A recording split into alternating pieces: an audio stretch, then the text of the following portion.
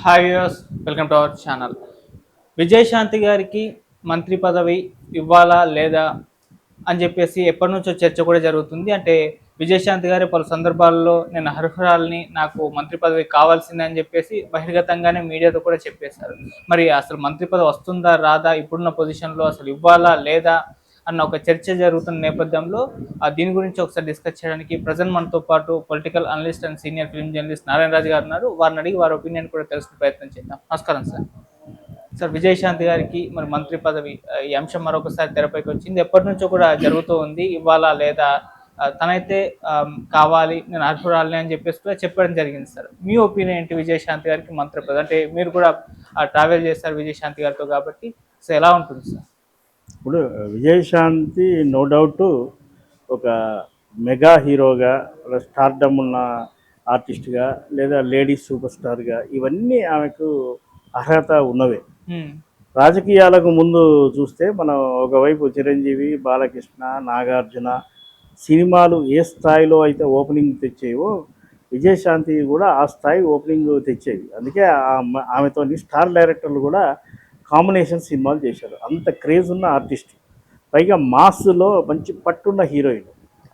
అందువల్లనే ఆమె పేరు ఇప్పటికీ మనం మాట్లాడుకుంటున్నాం.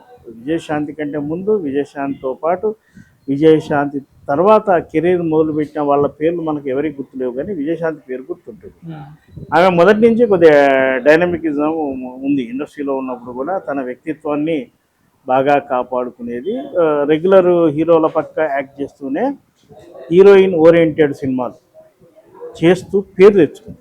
ప్రతిఘటన కావచ్చు, వందే మాతరం కావచ్చు, ఇలా చెప్పుకుంటూ పోతే చాలా సినిమాలు ఉన్నాయి.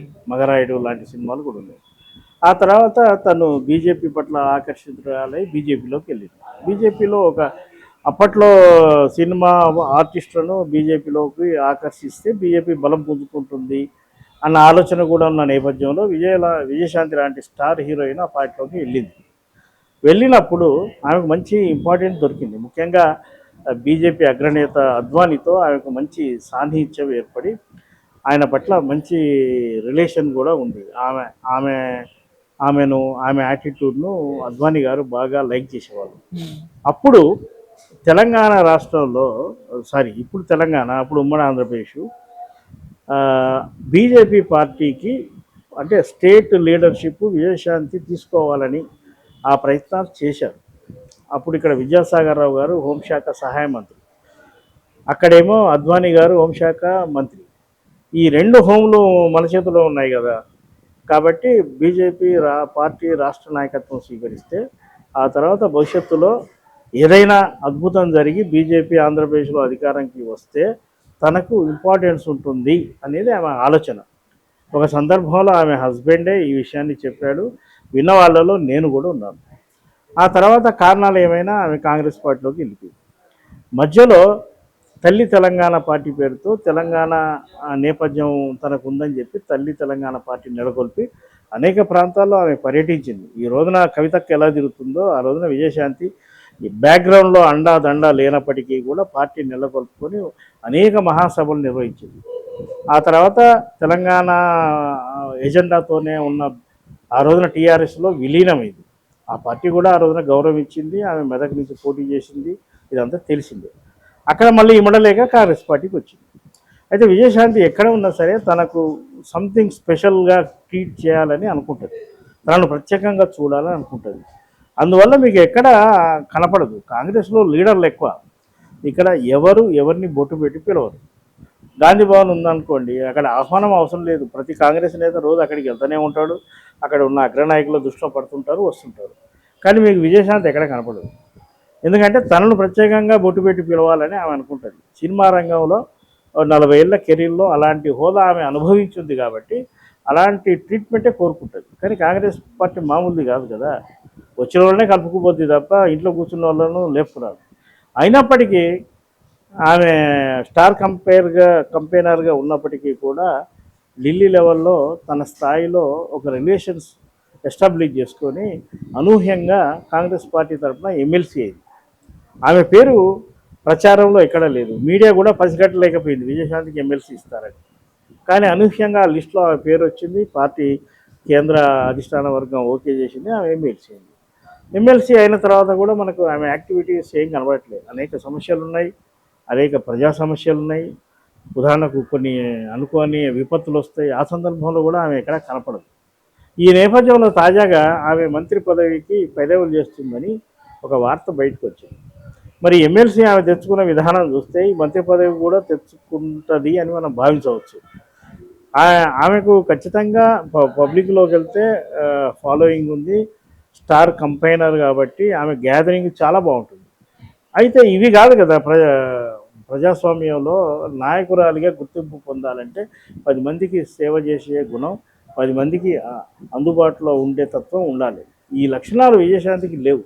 అయినప్పటికీ కాంగ్రెస్ పార్టీలో ఎవరెవరో ఎక్కడెక్కడ వాళ్ళో అధికారం పొందుతుంటారు కాబట్టి ఆ క్రమంలో విజయశాంతికి పదవి వచ్చినా ఆశ్చర్యం లేదు.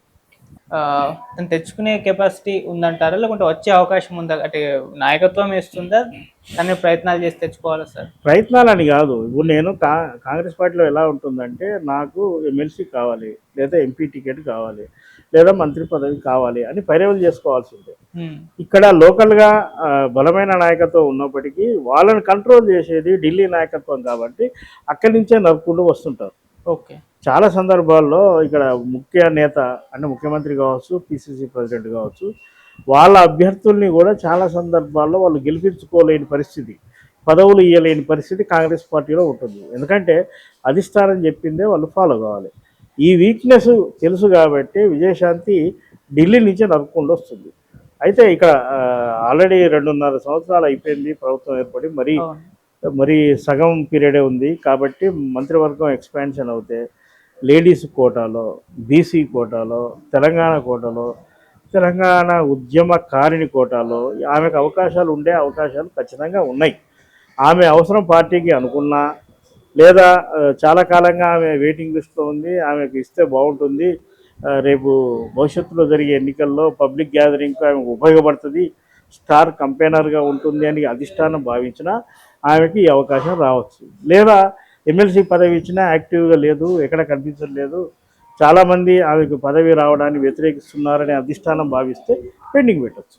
అలా సార్, ఈవెన్ రోజా గారికి కూడా చాలా లేట్గా మంత్రి పదవి ఇవ్వడం జరిగింది. సో ఆల్మోస్ట్ 2-3 ఇయర్స్ అయిన తర్వాత, సో అలాంటిది ఇప్పుడు విజయశాంతి గారు కూడా ఎక్స్పెక్ట్ చేయొచ్చా? లేట్గా అయినా పర్లేదు కానీ ఇచ్చేసే అవకాశం? ఇక్కడ విజయశాంతికి ఏంటంటే మొదట్లో ఇవ్వాలంటే ఆమె శాసనం సభ్యురాలు కాదు, శాసన మండలి సభ్యురాలు కాదు కాబట్టి మొదటి విడతలో ఆమెకు అవకాశం లేదు. అంటే మొన్న అజరుద్దీన్కి ఇచ్చినట్టు బలవంతంగా మంత్రి పదవి ఇచ్చేసి 6 నెలల తర్వాత శాసన మండలికి పంపించే ప్రక్రియ ఉండొచ్చు. అయితే ఆ అవసరం పార్టీకి ఉండాలి. అజారుద్దీన్ని ఎందుకు ఇచ్చారు? మన జూబ్లీస్ ఉప ఎన్నిక ఉంది కాబట్టి ఓట్ బ్యాంకుగా చూసి ఆయనకు ఆగమేఘాల మీద పదవి అటగట్టారు, మంత్రిగా చేశారు. ఆ తర్వాత పరిణామాలు తెలిసిందే. అలాంటి పరిస్థితి విజయశాంతికి లేదు కాంగ్రెస్ ప్రభుత్వం ఏర్పడడం. రోజా విషయం అలా కాదు. రోజా అప్పటికీ ఎమ్మెల్యేగా గెలిచి ఉంది, తొలి ఎక్స్పాన్షన్లో ఆమెకు రాలేదు. అయినప్పటికీ ఆమె సేవలు పార్టీకి ఉపయోగించుకుంటామని హామీ ఇచ్చి ఒక కార్పొరేషన్కు చైర్మన్గా చేసి ఆ 3వ విడతలో ఆమెకు మంత్రి పదవి ఇచ్చారు. దాన్ని కూడా ఆమె తనదైన శైలిలో ఒక ముద్ర వేసి గుర్తింపు తెచ్చుకుంది. ఇక్కడ కూడా అక్కడికి ఇక్కడికి పోలిక లేదు, కానీ ఇక్కడ ఇప్పుడు శాసన మండలి సభ్యురాలుగా ఉంది కాబట్టి మంత్రి పదవికి ప్రాథమికంగా విజయశాంతి అర్హత సాధించింది. సమీకరణలు అన్నీ కుదిరితే మనం ఎలాంటి వార్త అయినా వినొచ్చు. Okay sir, thank you so much.